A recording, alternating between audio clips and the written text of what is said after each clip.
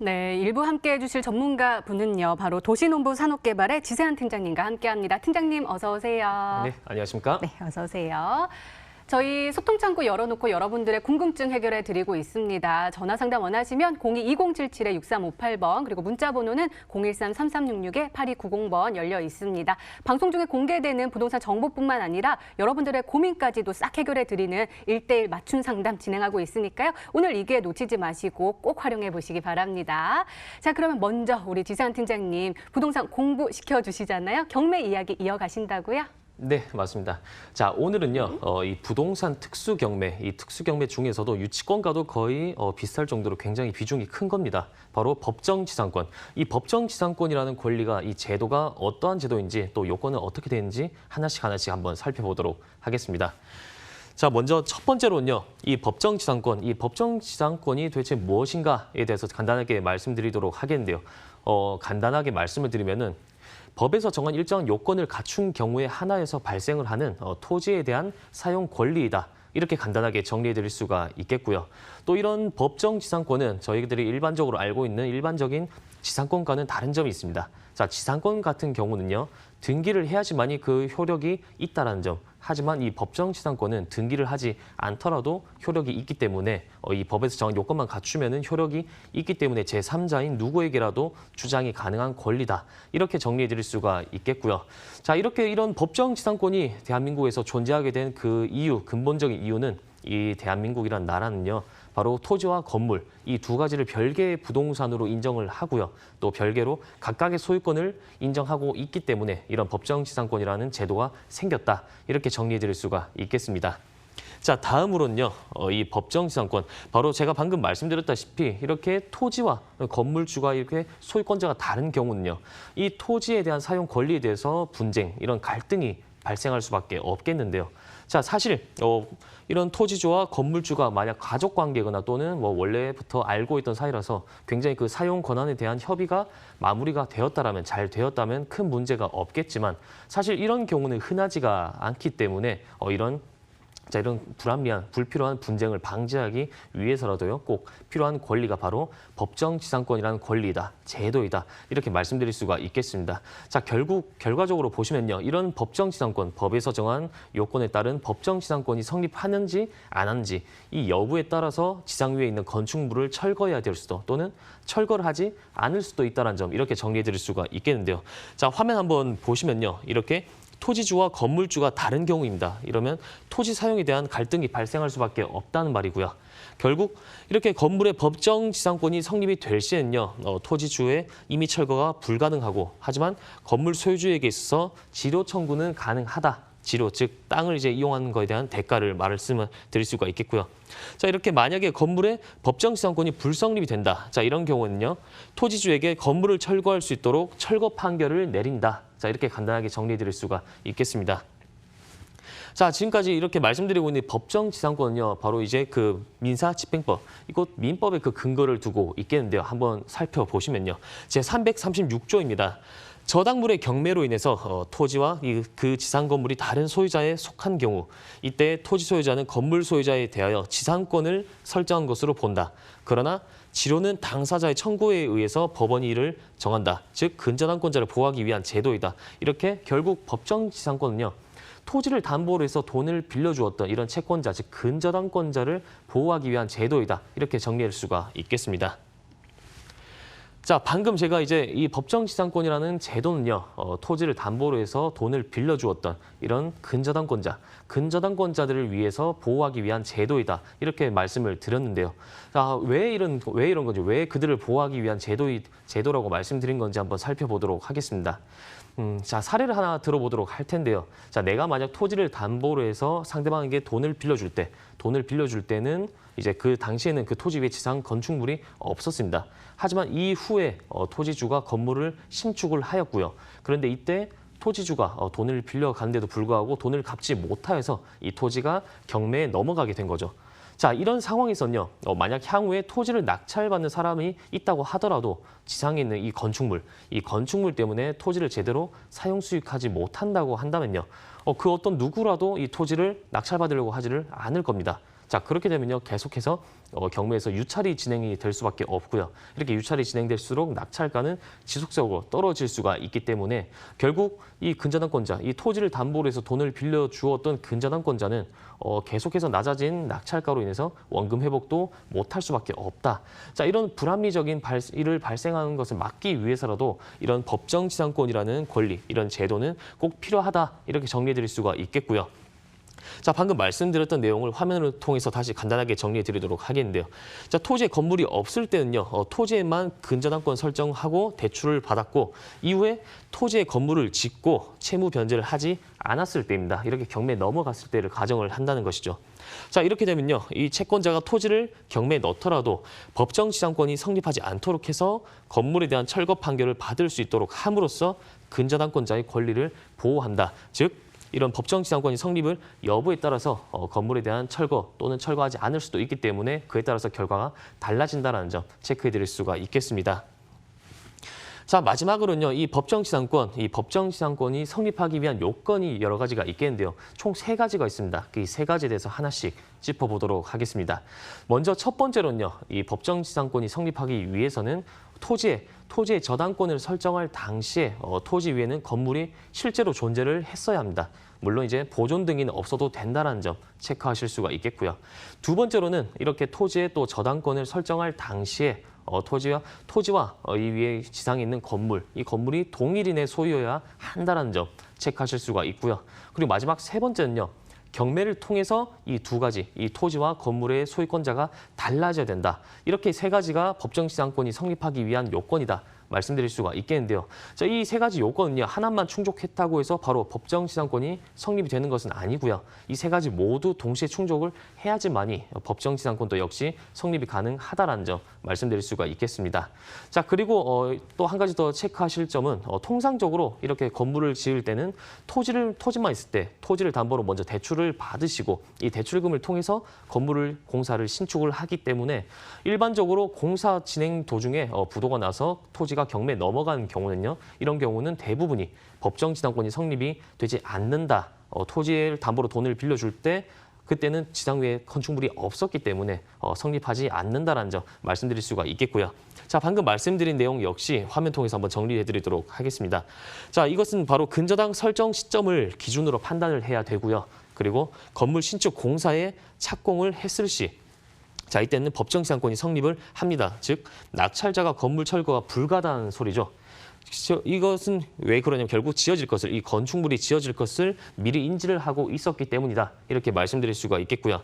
두 번째로 토지에 건물이 없었거나 건물 신축 공사가 미착공을 했다. 이때는 법정지상권이 성립이 되지 않습니다. 낙찰자가 건물 철거가 가능하다는 말이죠. 자, 왜 그러냐면 토지에 건물이 없는 것을 미리 보았기 때문에 그 없는 상태를 감안해서 대출을 해 주었기 때문에 그 근저당권자를 보호할 수밖에 없다. 자, 이렇게 정리해 드릴 수가 있겠는데요.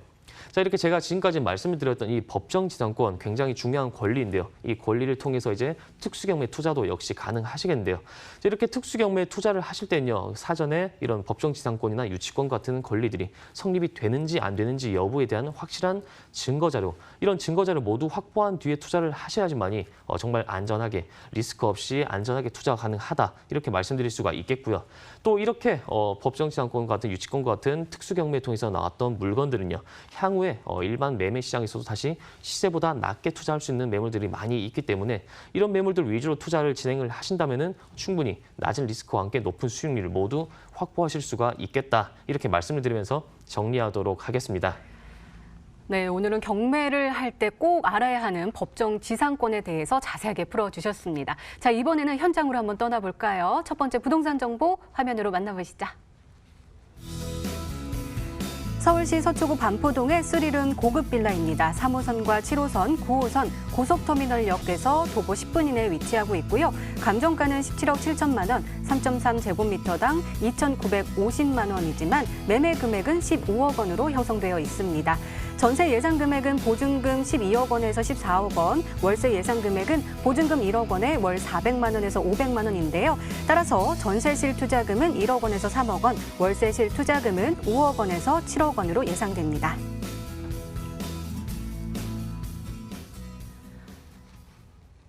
팀장님, 그냥 빌라 아니고 고급 빌라거든요. 너무 비싼 거 아닌가요? 네. 일단 일반적인 빌라보다는 고급 빌라이기 때문에 면적이 넓습니다. 오. 면적이 넓어서 시세가 좀 높다고 이렇게 착시 현상이 있을 수 있겠지만 실제 이제 전용 면적 자체가 큰 차이가 있기 때문에 합리적인 가격이 책정이 되었다. 이렇게 먼저 간단하게 말씀드릴 수가 있겠고요. 이렇게 첫 번째로 제가 투자 추천을 드리는 바로 이제 반포동에 위치하고 있는 고급 빌라 매물인데요. 자, 이 반포동 같은 경우는요, 정말 교통과 일자리 모두가 확충되어 있기 때문에 인프라가 완벽하게 확충되어 있기 때문에 정말 앞으로도 미래 가치가 밝다, 수요가 증가할 수밖에 없는 입지를 가지고 있다. 이렇게 정리해 드릴 수가 있겠습니다. 네, 간단한 입지 분석해 드리도록 하겠는데요. 이곳 방배중학교 바로 앞으로 위치를 하고 있겠고요. 인근으로는 고속터미널역, 지하철 이제 3호선과 7호선, 9호선 이 세 가지 노선 모두 이제 이용할 수가 있는 바로 고속터미널역과 도보로 약 10분 정도 거리에 위치하고 있다는 점 체크해 드릴 수가 있겠고요. 그리고 본 매물 주변으로 이제 양질의 일자리 업무 밀집 지역이 있겠는데요. 뭐 서초 법조타운이나 또는 테란로와 같은 이런 업무 밀집 지역들이 위치를 하고 있기 때문에 직장인들에 대한 주택 수요도 충분히 발생할 수가 있다. 그리고 그 외에도 또 이런 학군 수요, 방배중학교나 서울 프랑스학교 등등 굉장히 명문 학군이 주변으로 자리를 잡고 있기 때문에 이런 학군으로부터 발생하고는 그런 주택에 대한 임대 수요나 매매 수요 모두 확보할 수가 있는 그런 입지적인 장점을 가지고 있다라고 정리해 드릴 수가 있겠습니다. 자, 그리고 다음으로는요, 본매물지에 투자하실 때 투자 포인트들 몇 가지 짚어드리도록 하겠는데요. 첫 번째로는 제한적인 공급과 풍부한 수요로 인해서 앞으로도 시세가 상승이 예상이 된다는 점과 그리고 두 번째로는요, 바로 지금까지 지속적으로 실거래가 역시 상승이 지속되어 왔었던 바로 설해마을 내에 위치하고 있다는 점. 그리고 세 번째로는요, 주변 시세나 감정가 대비해서도 굉장히 낮은 매각 가격으로 책정이 되었기 때문에 그 가격적 메리트가 있다는 점 체크해 드릴 수가 있겠는데요. 먼저 첫 번째로는요, 제한적인 공급입니다. 그리고 또한 풍부한 수요도 예상할 수가 있겠는데요.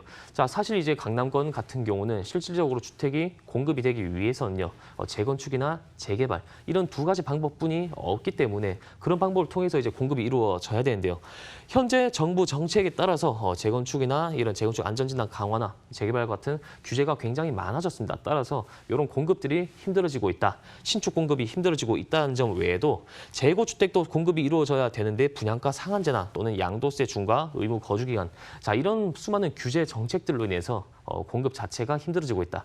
하지만 본매물 이제 인근으로 자리 잡고 있는 그런 풍부한 인프라로 인해서 지속적으로 수요는 증가할 수밖에 없다라는 점. 따라서 공급은 제한적인데 수요는 지속적으로 증가하기 때문에 이에 따라서 시세가 충분히 상승이 예상된다는 점 역시 체크해 드릴 수가 있겠고요.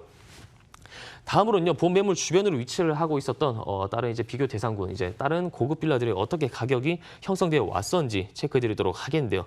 자, 건축연도, 준공연도가 비슷한 시기에 준공이 되었고요. 그리고 면적도 비슷한 이런 세 가지 비교 대상군을 삼아가지고 본 결과 2000년 초반부터 최근까지 실거래가는 약 2배, 시세는 2배 이상 상승을 해왔다는 점 체크하실 수가 있겠습니다. 물론 앞서서 제가 말씀드렸다시피 앞으로도 꾸준한 수요 증가가 예상이 되고 있기 때문에 이런 시세 상승은 앞으로도 쭉 이어질 기조를 보이고 있다. 이렇게 정리해드릴 수가 있겠고요. 자, 세 번째로는요, 가장 중요한 내용인데요. 바로 주변 시세나 감정가 대비해서도 굉장히 낮은 매각 가격이 책정이 되었다는 점 말씀드릴 수가 있겠습니다. 자, 본 매물 주변으로 시세를 한번 보시면요. 평당 전용 면적 기준으로 3천만 원 정도 이렇게 형성이 되어 있겠고요. 본 매물 과거 감정가는 평당 2,950만 원으로 책정이 되었다. 자, 그리고 가장 중요한 본 매물 같은 경우는요. 바로 전용 면적 평당 2,500만 원으로 매각 가격이 책정이 되었기 때문에 자, 이렇게 투자와 동시에 바로바로 주변 시세 대비해서도 시세 차익을 볼 수가 있다는 점 역시 말씀드릴 수가 있겠습니다. 자, 본 매물 이제 가격적인 부분 한번 자세하게 짚어드리도록 하겠는데요. 과거 감정가 같은 경우는요, 2017년 기준으로 17억 7천만 원 감정가가 평가가 되었다는 점 체크하실 수가 있겠고요. 그리고 본 매물 주변 먼저 시세를 한번 보시면요, 비싼 면적 대비해서 약 18억에서 20억 원 정도, 평당가가 3천만 원 정도이기 때문에 18억에서 20억 원 정도 예상하실 수가 있겠고요. 가장 중요한 본 매물 매매가는요, 15억 원입니다. 평당가 2,500만 원으로 책정이 되어서 15억 원이란 금액으로 투자가 가능한 매물이다 정리해드릴 수가 있겠고요. 자, 그리고 이제 전세 예상하실 때는요, 보증금 12억에서 14억 원, 평당가 약 2천만 원 정도로 예상하실 수가 있겠고요. 월세 같은 경우는 보증금 1억 원에 월 400에서 500만 원 발생을 하고 있다는 점. 그리고 반전세는 보증금 8억에서 10억 원, 그리고 월 100에서 200만 원 발생하고 있다 정리해드릴 수가 있겠고요. 자, 가장 중요한 이제 실제 투자 금액으로는요. 월세 시에는 5억에서 7억 원 정도 예상이 되고 있고요. 전세 끼고 투자를 하실 때는요. 1억 원에서 3억 원 정도의 금액으로도 투자가 가능한 반포동 설해마을 내에 위치하고 있는 고급 빌라 매물이다. 이렇게 말씀드리면서 정리하도록 하겠습니다. 네, 이렇게 서초구 반포동에서 고급 빌라에 대한 투자 전략 세워봤습니다. 두 번째 부동산 정보도 확인해 볼까요? 먼저 화면으로 만나보시죠. 경기도 화성시 송교리의 공장입니다. 화성 화남 일반 산업단지에 위치하고 있고요. 감정가는 10억 6천만 원에 3.3제곱미터당 353만 원이지만 매매 금액은 8억 원으로 형성되어 있습니다. 월세 예상 금액은 보증금 5천만 원에 월 500만 원에서 550만 원이고요. 따라서 월세 실투자금은 2천만 원에서 5천만 원으로 예상됩니다.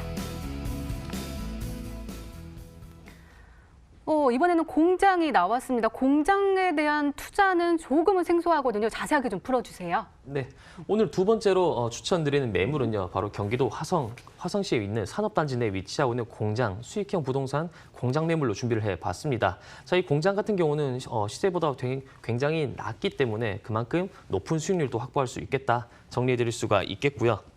자, 먼저 본 매물 이제 간단한 입지 분석해드리도록 하겠는데요. 바로 이곳 화남산업단지 내에 위치를 하고 있기 때문에 자, 주변에 위치하고 있는 이런 전곡 해양 산업단지나 장열 산업단지, 자, 이런 철골 관련된 이런 산업단지들이 위치를 하고 있기 때문에 이런 공장 수요가 풍부한 곳이다, 이런 화성이다 말씀드릴 수가 있겠고요. 그 외에도 본 매물 우측으로 보셨을 때 서해안 고속도로나 평택 시흥고속도로 이런 고속도로와에도 접근성이 우수하다는 점, 그런 입지적 장점을 가지고 있다 말씀드릴 수가 있겠습니다. 자, 그리고 본 매물 투자하실 때는요, 또 체크 포인트 몇 가지 말씀드리도록 하겠는데요. 먼저 첫 번째로는 본 매물 역시 과거 특수 경매를 통한 가격적 메리트가 발생할 수가 있다는 점, 그리고 두 번째로는요, 과거 금융권에서 대출을 확보했던 사례가 있기 때문에 안정적으로 소액 투자가 가능하다는 점과, 그리고 세 번째는요, 그리고 주변 산업단지 대비해서도 높은 수익률과 또는 풍부한 임대 수요를 가지고 있다. 이 세 가지 이렇게 말씀드릴 수가 있겠는데요. 자, 먼저 첫 번째로는요, 과거 본 매물 같은 경우 유치권이 신고가 되었었던 매물이었기 때문에 굉장히 하지만 현재로서는 이 유치권 점유가 깨져서 모두 깔끔한 법적 상태로 투자가 가능하다는 점 말씀드릴 수가 있겠고요. 과거 그러한 사례로 인해서 일반 시세보다 낮은 금매 시세로서도 투자가 가능한 매물이 되겠다. 가격적인 메리트가 있다. 정리해드릴 수가 있겠고요. 그 두 번째로는요, 과거 1금융권에서도 대출 확보 사례가 있기 때문에 안정적으로 소액으로 투자가 가능하시겠다는 건데요. 자, 이렇게 소액으로 투자가 진행이 될수록 그 투자 리스크도 역시 함께 낮아질 수가 있기 때문에 그만큼 안정적인 투자가 가능하겠다. 그리고 세 번째로는요, 자, 본 매물 같은 경우 주변 공장 대비해서도 높은 수익률과 임대 수요가 풍부하다는 점 체크해드릴 수가 있겠는데요. 자, 그만큼 입지적으로는 비슷하지만 비교적 저렴한 임대료로 인해서 임대 수요가 풍부하다, 리스크가 낮다 이렇게 정리해드릴 수가 있겠습니다. 자, 본 매물 이제 시세 가격적인 분석 빠르게 해드리도록 하겠는데요. 감정가 같은 경우 과거 10억 6천만 원에 평가가 되었었고요. 본 매물 주변 시세로 보시면 약 10억 원, 비슷한 동일한 면적 대비 비교를 하셨을 때 약 10억 원 정도로 형성이 되어 있고요. 그리고 본 매물 매각가는 바로 8억 원으로 책정이 되었다는 점. 그리고 가장 중요한 이제 월세 투자, 바로 보증금 같은 경우는 5천만 원에 월 500에서 550만 원 정도 발생하고 있다는 점과, 가장 중요한 이제 실투자 금액으로는요, 2천만 원에서 5천만 원 정도의 금액으로 이런 소액으로도 투자가 가능한 화성에 위치한 공장 매물이다. 이렇게 말씀드리면서 정리하도록 하겠습니다. 네, 이렇게 화성시에서 공장 정보까지 분석해봤습니다. 자, 오늘 함께해 주실 지세환 팀장님에게 더욱더 자세한 투자 전략을 전수받을 수 있는 기회가 있다고 하네요. 화면으로 안내해드릴게요. 지세환 팀장님의 무료 세미나입니다. 단기 수익형 부동산 투자 전략이라는 주제로 매주 수요일 오후 2시, 목요일 오후 4시 30분과 6시 30분, 토요일 오후 2시에 여의도역 4번 출구 대호빌딩에서 진행됩니다. 예약은 필수니까요. 02-2077-6358번으로 전화주세요. 네, 일부 준비된 시간은 여기까지입니다. 도시농부 산업개발 지세환 팀장님과도 여기서 인사 나눌게요. 팀장님 고맙습니다. 네, 고맙습니다.